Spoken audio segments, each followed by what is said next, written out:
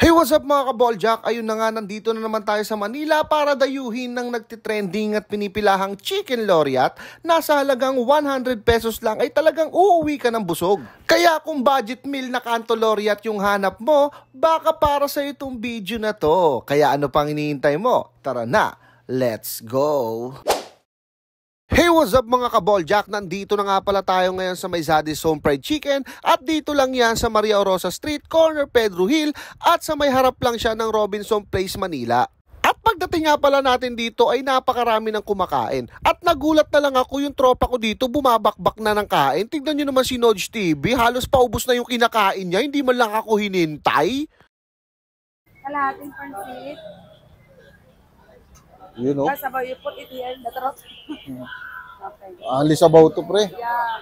Tapos, chicken. Chicken ako, ma'am, chicken. Pili ka lang, sir, kung anong gusto mong chicken. Anong part ng chicken. Dito nga pala mga kaboljak, mamimili kayo kung fried chicken o kaya yung pork chop yung pipiliin nyo. Siyempre yung pipiliin natin dito yung fried chicken. Ay siyempre, paborito ko yan, basta fried chicken eh. At sa 100 pesos nyo nga mga kaboljak, may kasama na yung rice. At dito nga sa part na to, yung muntik na matapon yung pagkain natin. Buti na lang talaga magaling tayong sumalo.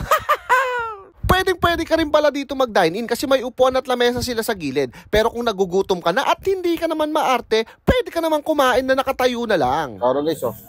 Kita nyo. Chicken. Tapos may Shanghai, dalawa.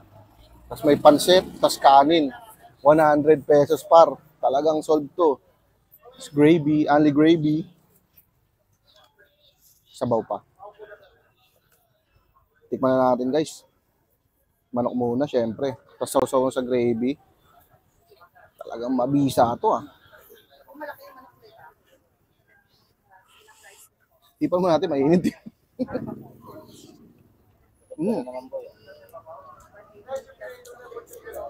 Ayun, masarap nga yung manok nila. Mabisa yung pagkakamarinate nito ah. Yup.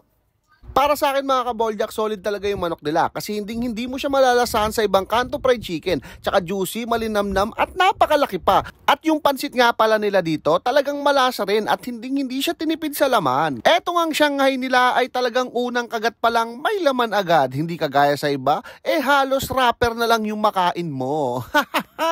Kaya kung gusto mong tikman ng chicken laureate ng Zaddy's Home Fried Chicken, dayuhin mo na to. Baka dayuhin pa ng iba. Mura na, masarap pa. Bye-bye! Tropa ko, makapag-vlog lang oh. May tropa ko makapag-vlog lang kahit umuulan, palag-palag oh. Palag-palag oh.